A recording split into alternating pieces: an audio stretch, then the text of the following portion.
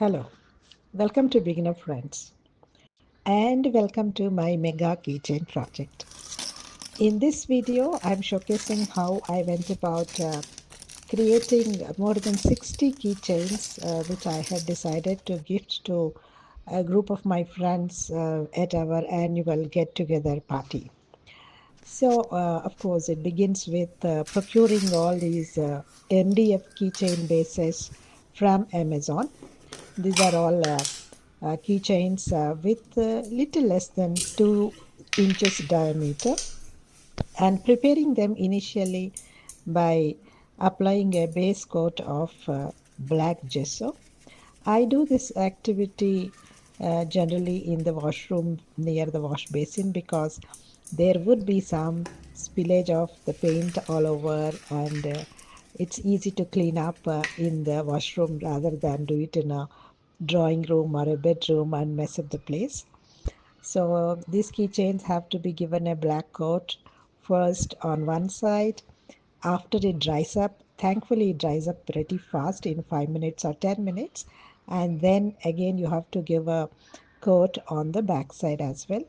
Normally I mix a few drops of water in the gesso and dilute it because it will be then smoother to work with the paint. So here they are put up for drying in separate batches.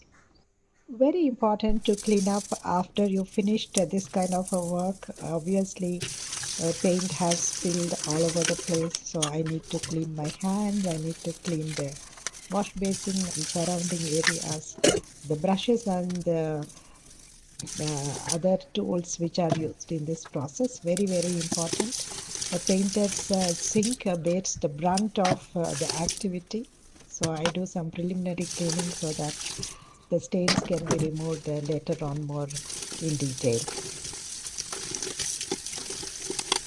So the keychains are ready. They actually have to be done in batches, but this batch is ready to be painted now. So each keychain needs to be carefully designed. The first step is to find the center. For this, we normally use a small similar shaped paper cutting and mark the center using a white charcoal pencil. Though personally, I don't like using the white charcoal pencil.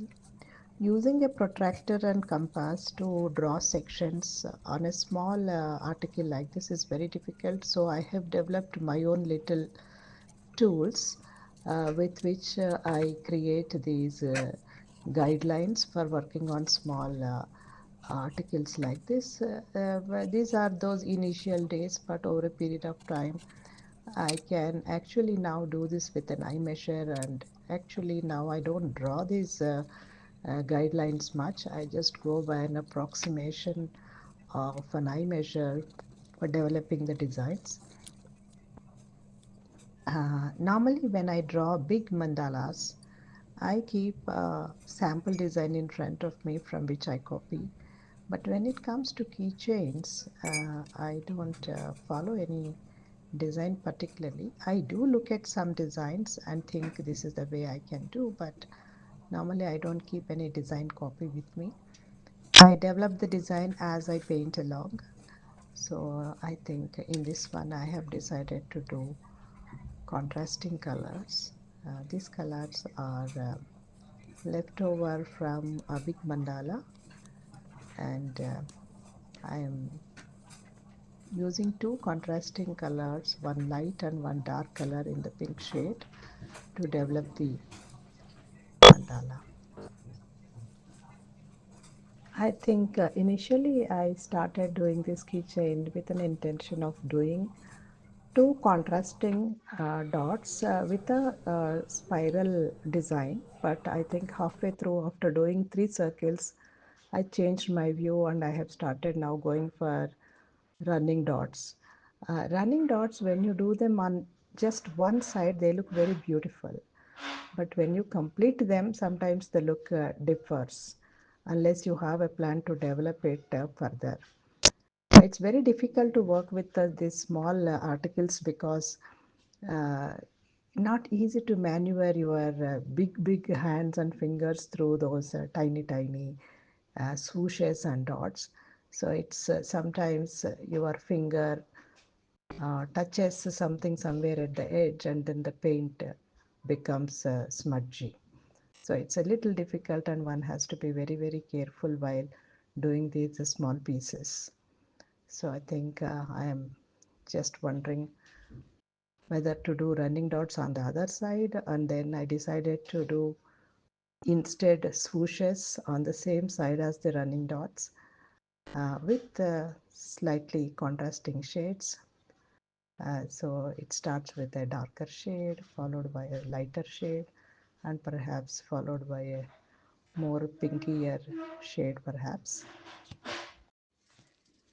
Each keychain takes about 25 minutes to 45 minutes depending on the type of design and how quickly one is able to develop the design.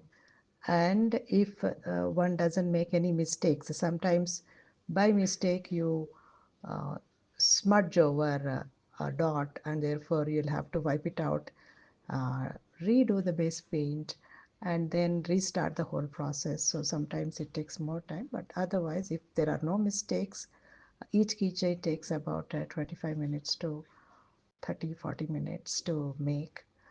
And then, of course, one has to remember that there are two sides to a keychain. Both sides have to have some paint. Earlier, I used to do both the sides, either the same design or two different designs. But for this project, I have decided not to do design on the second side. I'll just show the process of painting off a couple of keychains. It's not possible to show all the keychains getting painted here.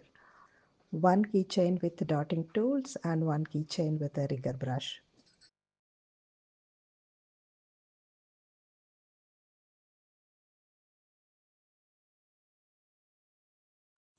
This is another keychain where I'm trying a rigger brush and spiral swooshes. It's a very interesting design that I have seen somewhere, but in a larger mandala. But here I decided to try it out on a keychain.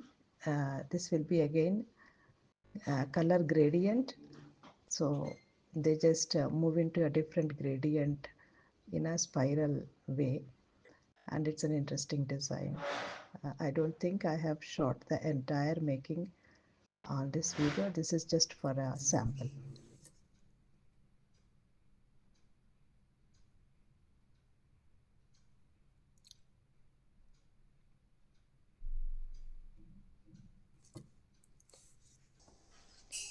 Because it's a big project and a lot of keychains have to be made, I decided that I will not do a design at the back side of the keychain, but instead I will just do one circle of dots and paste the QR code of my YouTube channel at the back side.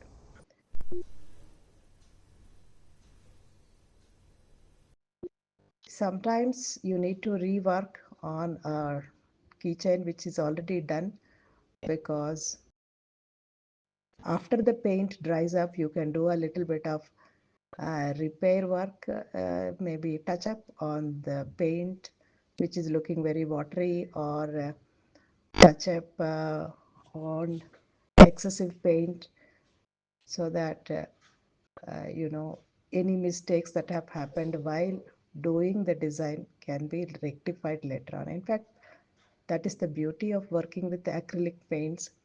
When the paint is very wet, and if you have made a mistake, you can just wipe it out with a wet cloth or a earbud. Alternatively, when it dries up, you can just remove it with your with a small knife of any sharp object. You can peel it out,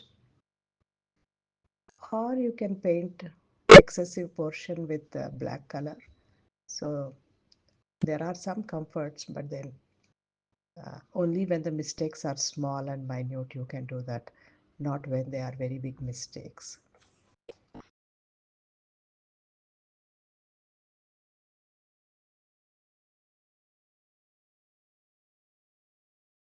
So when I decided that the backside of the keychain will not have a design, I will just paste my QR code of the YouTube channel.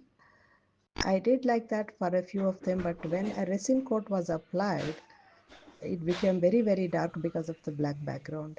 So I had to then paint the backside with the white acrylic paint and then stick the QR code.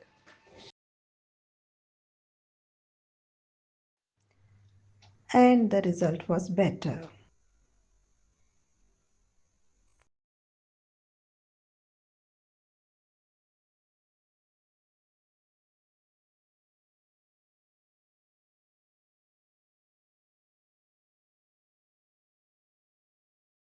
So this backside painting has been done for all these keychains.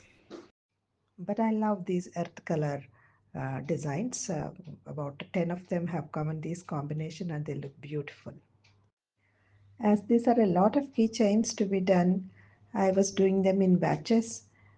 Some of them I'll do on the front side and then keep them for drying.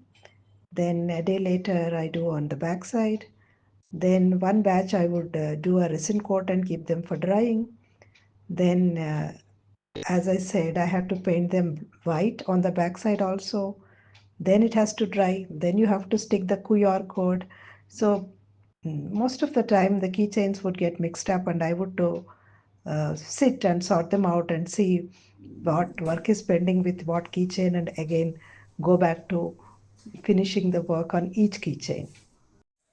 Once my keychains are ready, I initially I used to give them away like that, but subsequently I realized that sometimes the acrylic paint sticks to the other articles, objects in a bag where the keychain is likely to be kept.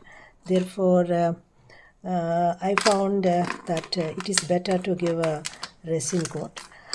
People suggest UV resin coat, but before I got to know about it, I started using the regular hard resin. So in this video, I would like to show how the resin is applied. This is the art resin that I use. This is Itsy Bitsy product. This has to be actually mixed in the quantity of 1:2, in the sense 2 portions of this big bottle and 1 portion of this small bottle by weight. However, because it's not possible for me to procure a weighing machine just for this small activity, I use a measuring glass. This is your regular medicine measurement jar which you get along with the cough syrups. Luckily this one has a 15 ml provision, 5 ml, 10 ml and 15 ml markings are there on this. So I use this. I take 10 ml of the liquid from here and 5 ml of the hardener, and then I mix it, and so far it has worked for fine for me. So let me just mix it because it may not be convenient to have a video running, but let me see how this will work. And most importantly, one has to wear gloves while doing this activity. So use this gloves which you get with your hair color. So let me see how this will go.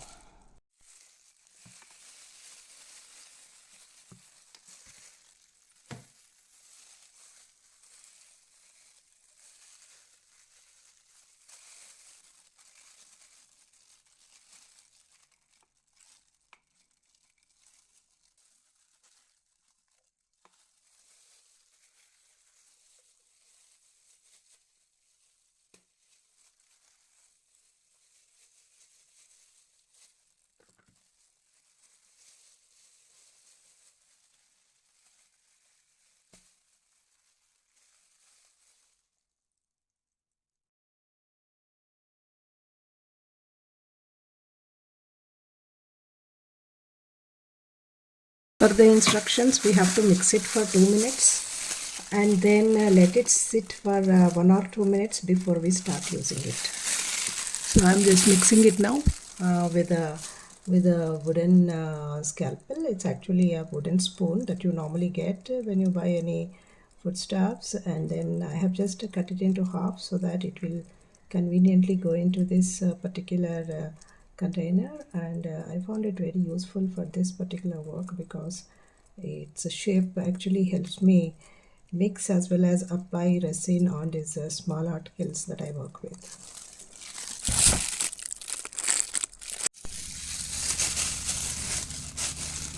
So these are all keychains which are already resin applied on one side. So the reverse side where I'm having actually my branding, that's QR code of my YouTube channel, and a small circle of dots. This is what I have to apply resin on, and as you can see, here is a thin film on a pad. This is the food cover film, cling film, so that the resin does not stick to uh, and the item does not, in case of spillage, the item does not stick to the base on which it is kept. So this is how I apply resin carefully and spread it nicely on the entire surface. Sometimes it does give, of course, bubbles, and these bubbles sometimes come little later after you apply, so you really don't know, you can't see them now. And when the bubbles come, the risk is that the bubbles are sometimes leaving gaps in the work, so they advise you to normally remove the bubbles through fire torch. I'm not very sure if this will address the issue. I hope this will address. Okay. After that, I am keeping it here like this because the key chain is already attached. I have to make sure that the chain is not getting the resin coat and getting stuck.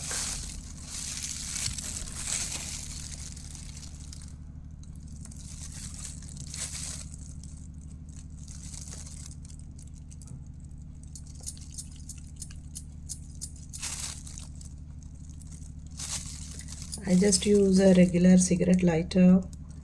Actually, I have never used it much. Only recently I acquired one, and then occasionally I use it. But if there are some small air bubbles, because these are small, simple articles, I really don't mind having a couple of bubbles on them. But for the sake of the video, I'm just doing this. So these are the coasters which I want to, we've already done one round of coating for them, but they possibly need one more coat because they are showing some gaps.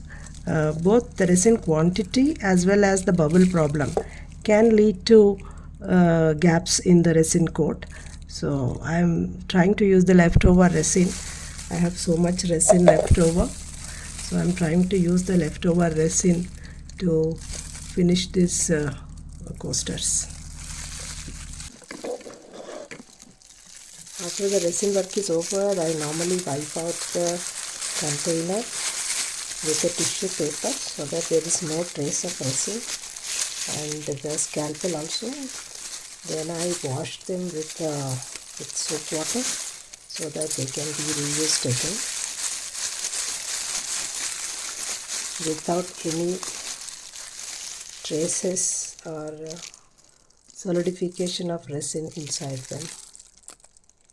So finally they are kept for drying. The coasters are lying on a bigger glass, and the keychains are lying in a surface where they won't touch each other or the keychain. And it will take about a day, 24 hours, actually about 12 hours for them to become dry to touch, and 24 hours or more for them to dry completely. So yes, these are all for my various gifts to various people. I think not all of them will come without bubbles, though I used a fire torch for all of them, but let's see what will be the outcome. These are now completed. You can see how nicely these are now looking after a second coat. Of course, there are still some little bit of occasional gaps, but I think that is something that I cannot possibly know how to address, because I'm not professionally trained, but considering my limitations, and I think the result is very good, much better than what it was in the first place. So, and the keychains are looking very good, very perfectly done. Looks like the application of torch,